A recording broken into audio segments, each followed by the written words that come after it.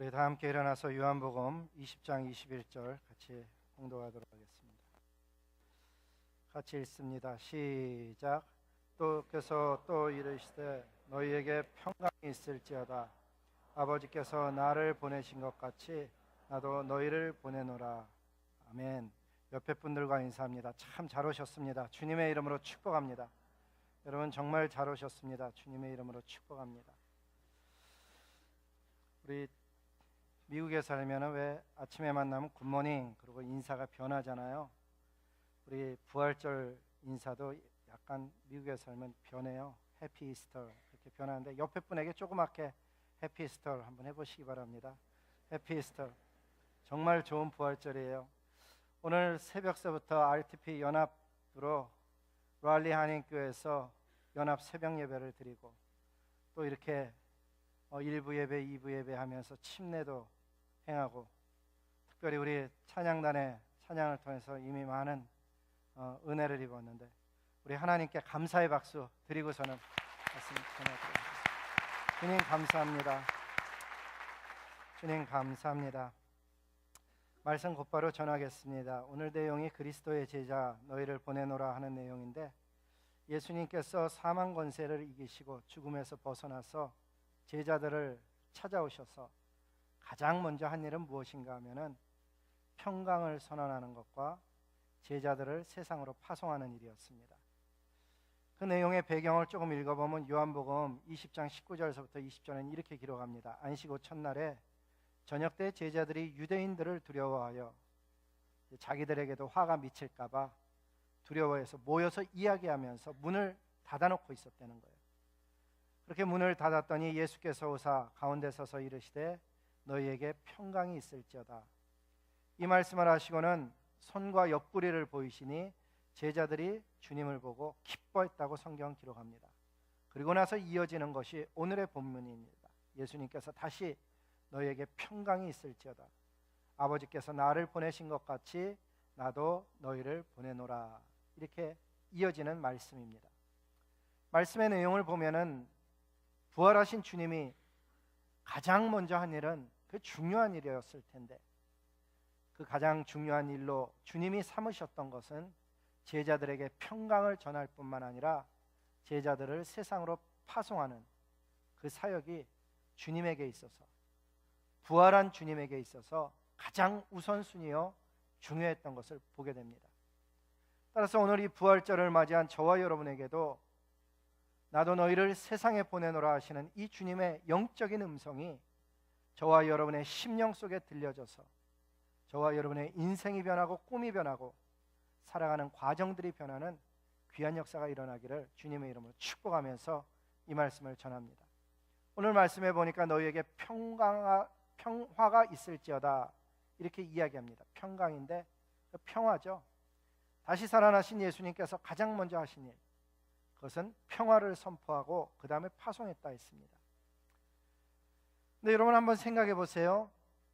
저와 여러분이 누군가 하면 천하를 지은 하나님을 아바 아버지라 부르는 하늘의 자녀입니다. 하나님의 사람이라고 우리가 스스로 생각하는데 이 세상 사는 것은 그렇게 쉽지가 않습니다. 그런데 이 세상 살아가면서 하늘의 사람으로서 두려워하지 않기를 바라는 것은 예수 그리스도께서 죽으셨을 뿐만 아니라 다시 사셨고 그 살아나신 예수님이 그분의 이름을 의지해서 살도록 저와 여러분에게 내 이름으로 무엇을 구하든지 내가 시행하겠다고 하셨을 뿐만 아니라 저와 여러분에게 성령을 보내주셨으니 이 예수 그리스도의 이름과 성령으로 인해서 이 땅을 살아가며 근심과 염려와 걱정으로부터 해방될 수 있기를 주님의 이름으로 축복하는 것입니다. 이 근심 걱정은 아직 일어나지 않은 일입니다. 그러나 일어날까 두려워하는 일들입니다.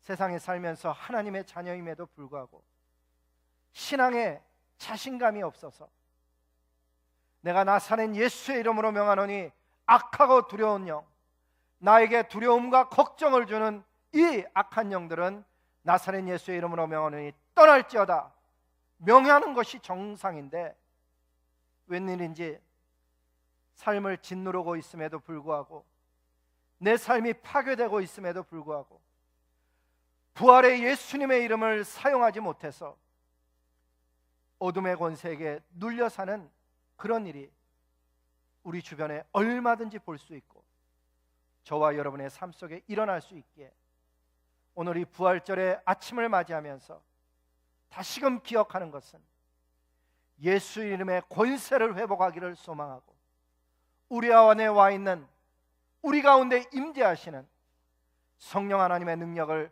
힘입어 살아가는 저와 여러분 되기를 소원한다 하는 것입니다. 우리 주님이 주시는 평화, 그것은 절대 평화입니다. 요한복음 14장 27절에 보니까 이렇게 기록을 합니다. 내가 너희에게 평안을 끼치는데 나의 평안을 너희에게 주노라.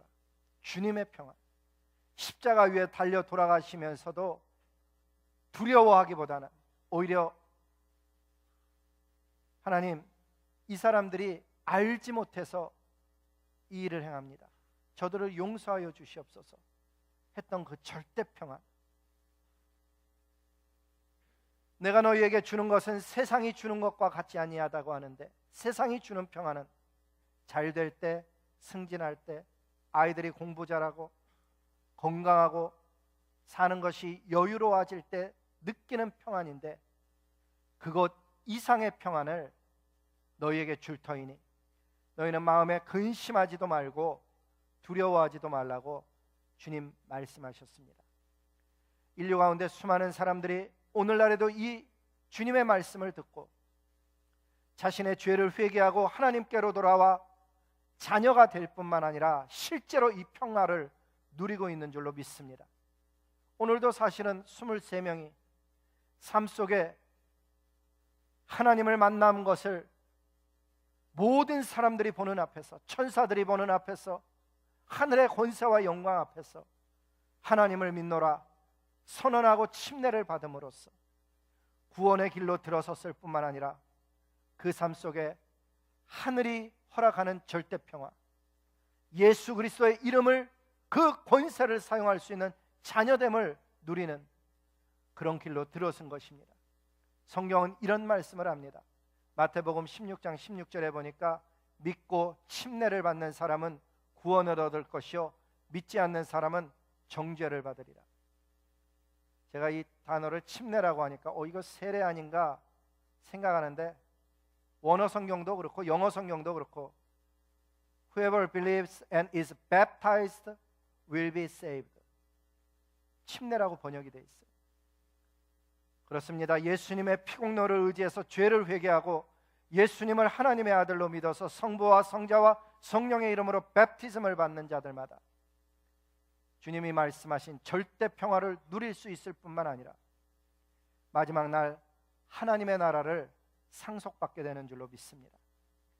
근데 여러분, 우리가 여기서 멈춰서는 아니 되는 것입니다. 다음에 도표 그림을 한번 보시기 바랍니다.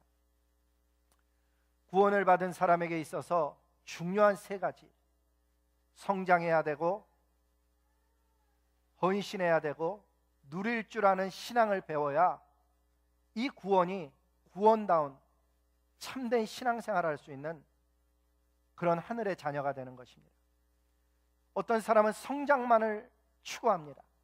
온갖 성경 공부 따라다니고 막 뭔가 성장을 하지만은 헌신 앞에서는 두려워 떠는 그런 사람이 있습니다. 또 어떤 분은 성장해야 되는데 성장이라는 단계를 뛰어넘어서 그냥 헌신부터 합니다.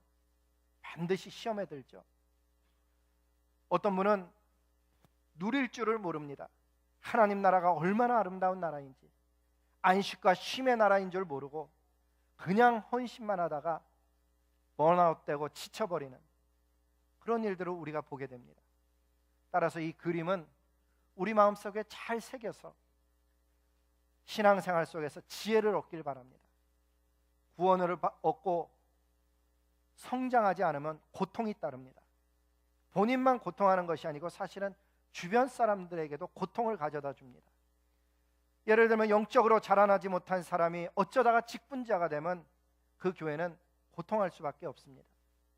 성경은 이런 이야기를 합니다. 베드로후서 3장 18절에 보니까 오직 우리 주 곧 구주 예수 그리스도의 은혜와 그를 아는 지식에서 자라가라.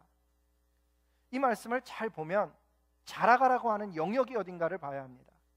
어디라고 말씀합니까? 주님의 은혜, 그리고 주님을 아는 지식에서 자라가라고 이야기합니다. 많은 성경 공부, 그런 영역도 중요한 것이지만 은혜에서 자라나지 못하면은 여러분, 하나님 앞에 감사를 깨닫지 못합니다. 이 주님을 아는 지식, 은혜와 지식은 함께 자라나는 것 같습니다. 사실 주님의 은혜를 이야기하려면 아마 시간이 모자랄 것입니다. 주님을 만나는 그 은혜, 십자가에서 그분이 피 흘려 죽으심으로 얻은 대속의 은혜, 날마다의 일상의 삶 속에서 길을 내시고 기름 부어주시고 함께 동행하시는 그 은혜를 체험하게 되면 신앙이 달라집니다. 하나님 앞에 감사가 있고 기쁨이 있고, 은혜를 받기 시작하면은 자기 자신이 보이기 시작합니다. 사실 은혜를 받지 않으면은 이상하게 신앙이 다른 사람을 흉보게 되어져 있습니다. 누가 어떻고 뭐가 어떻다고 얘기하기 쉽습니다. 그런데 은혜가 되어지면 하나님 아무것도 아닌 인생에게 찾아오심이, 그게 너무너무 감사합니다. 하나님의 은혜가 한없이 부어진 것에 대해서 날마다의 감사와 기쁨이 있다 하는 것입니다. 아마 우리 찬양대에 계시는 분은 우리 들어오기 전에 제가 기도하거든요. 날마다 비슷한 기도, 어쩜 똑같은 기도를 하고 있습니다. 내용은 뭔가 하면, 하나님 아무것도 아닌 인생을 자녀 삼아 주시고 불러주시고 예배자가 되게 해주신 것만도 감당할 수 없는 은혜이고 축복이었는데 웬 은혜인지 그 예배 속에서 하나님을 높이는, 찬양하는 귀한 직분을 주셨으니, 건강을 주시고 은혜를 주시고 기회를 주셨으니 주님 감사를 드립니다. 날마다 똑같은 기도를, 그런데 그 똑같은 기도를 드리는데도 날마다 다른 거예요. 왜? 정말 하나님이 감사해요. 아무것도 아니었던 저와 여러분을 부르셔서 예배자 되게 해주신 것도 정말 감당할 수 없는 은혜이고 축복이었는데 웬 은혜가 넘쳐서 사명을 주시고 성령으로 기름 부어주시고 나라와 열방을 위해서 기도하게 하시는 그 하나님의 위대한 계획을 생각할 때마다 찬양하지 않을 수 없다는 거예요. 하나님의 은혜 날마다 누리시길 바라고 날마다 풍성히 받기를 주님의 이름으로 축복하는 것입니다. 그런데 이렇게 은혜를 받잖아요. 그리고 말씀에서 성장하잖아요. 그럼 어느 날인가서부터 막 하나님 섬기고 싶은 뜨거움이 생기는 거예요. 다른 얘기로 하면 영적인 청년이 된 거예요. 영적으로 청년이 되어져서 하나님 나라를 섬기고 싶어 하는데 꼭 기억해야 되는 것은, 섬기려면은 잡다한 옛 습관을 정리하고 주님의 몸 된 공동체를 섬기는 것이 공동체의 유익이 된다는 거예요.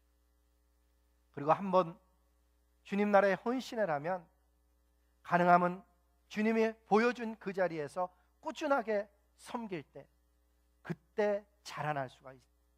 그때 은혜를 누릴 수 있다는 거예요. 헌신해봐야 진짜 내 신앙의 모습을 알게 된다는 것입니다. 그저 주일만 왔다가 가서는 신앙이 자라나기가, 하나님의 깊이 보여지기가, 은혜가 깨달아지기가 쉽지 않다는 것입니다. 다른 사람 섬겨보고 누구와 함께 주님 나라를 위해서 일해보면은 그렇게 해야만 보이는 일들이 내 삶 속에 만나진다는 사실입니다. 그럴 때 내 안에 충만함이 없으면, 은혜가 없으면요, 이상해요. 사역은요, 하나님과의 관계예요. 하나님과의 관계가 정말 충만함을 입고 있고 하나님의 은혜를 누리고 있으면 바깥의 일들이 까다로운 사람이 있고 어려운 문제가 있음에도 불구하고 전혀 문제가 되지 않습니다. 그런데 내 안에 영적인 충만함이 없으면 조그만 일에도 흔들리고 별 이야기 아닌 것 듣고도 힘들어하다가 결국에는 뭘 제대로 해보기도 전에 쓰러지는 저와 여러분의 모습을 발견하게 되는 것입니다.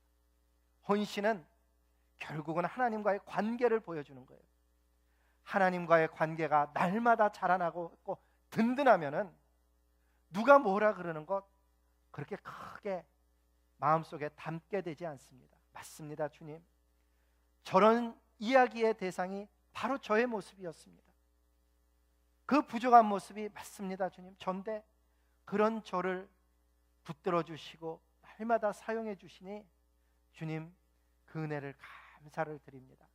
오히려 듣는 이야기가 기도의 제목이 되어지고 그 듣는 이야기 속에서 자기를 발견하게 되고 그래서 걸어가는 인생길 속에서 예수님 닮아가는 새로운 과정들을 겪게 되는 줄로 믿습니다. 오늘도 하나님께서 주시는 평화와 은혜 그리고 담대한 믿음이 마음속에 자리 잡은 사람은 사역을 사역답게 해내게 되는 것입니다. 주님의 몸된 교회 안에서 섬기고 있는 성도 여러분, 이 부활의 아침을 맞는 해마다 우리가 기억해야 되는 것은 우리의 힘으로 섬기는 것이 아니요 죽은 자를 다시 살리시는 그 하나님의 권세와 능력이 저와 여러분에게 있어서 그분이 우리를 사용하는 것을 깨달을 수 있기를 소원한다 하는 것입니다. 성경 베드로전서 4장 11절에 보니까 그 이야기를 이렇게 표현해 놨습니다. 누가 봉사하려면, 다른 얘기로 하면 누가 섬기려면 너희들 가운데 누구든지 어떤 일에 헌신하고자 하면은 너의 힘으로 하는 것 같이, 너의 의지로 하는 것 같이 하지 말고 하나님께서 공급하시는 힘으로 하는 것 같이 하라고 주님 가르쳐 주시는 것입니다. 이유가 무엇인가 하면 하나님 영광 받으시라고, 그렇게 하라고 저와 여러분에게 가르쳐 주셨습니다. 오늘도 그 헌신의 자리에 서 있는 사람들마다 하나님께서 공급하시는 힘으로 하는 고백이 있기를 원합니다. 주님께서 은혜 주셔서, 주님께서 건강 주셔서, 주님께서 기회 주셔서 제가 이 자리에 있습니다. 이 모두가 주님의 은혜입니다. 고백하며 섬기면은요 시험에 들지 않고 어떤 일을 만나도 하나님의 은혜의 시각으로 그 일을 대하게 되는 줄로 믿습니다. 마지막 영역은요, 헌신만 하는 사람은 여러분 그 헌신이 오래가지 않습니다. 영적으로 헌신하면서 성장해야 되고 그리고 쉼이 있어야 된다는 사실입니다. 그냥 헌신만 죽어라 하면은 반드시 어딘가에 가서 부딪히게 되어져 있습니다. 예수님 보면은 마가복음 1장 35절에도 그 바쁜 사역 가운데서도 예수님은 늘 하나님 안에서 영적인 쉼을 갖기 위해서 한적한 곳에 나가셨다고 기록을 합니다. 누가복음 5장에는 더 정확하게 이런 표현을 해놓았습니다. 누가복음 5장 15절에서부터 16절에 보니까 예수의 소문이 더욱 퍼지며 수많은 무리가 말씀도 듣고 병고침도 받고자 해서 모여오되, 여러분 사람들이 모여오면 어떻게 해야 될 것 같아요? 나가서 사역해야 될 것 같죠. 그런데 이상한 문구가 들어가 있는 거예요. 예수는 물러가사 한적한 곳에서 기도하시는, 예수님이 알았던 거예요. 사역이 힘으로 하는 게 아니고 하늘로부터 공급받는 게 있어야 내가 저 많은 사람들이 오는 것을 감당할 수 있다는 것을 알았다는 사실이에요. 이 진리를 깨달은 주의 자녀들마다 사역 속에 한적한 곳을 찾아가 무릎 꿇는 지혜가 있을 수 있기를 주님의 이름으로 축복하는 것입니다.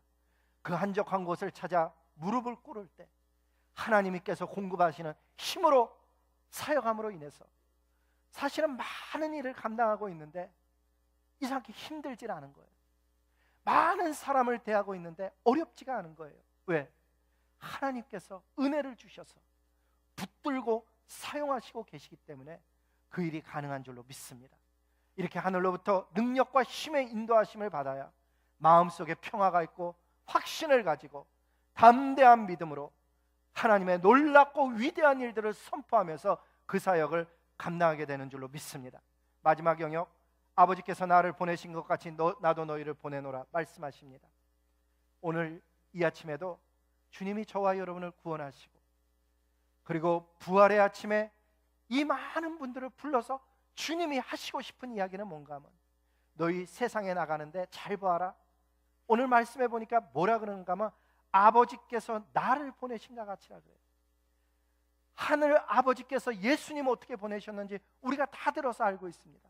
천사들을 준비해서 동방박사를 준비하고 목자들에게 나타나서 주님 오셨다고 다 미리 안배를 하면서 보내시는 하나님의 손길을 볼 수 있지 않습니까? 주님이 저와 여러분을 이 땅에 보내실 때 거저 나가라는 게 아니에요. 성령 충만하게 해주시면서 저와 여러분에게 뭐라 그러신 줄 아세요? 너희들 무엇이든지 내 이름으로 구하라.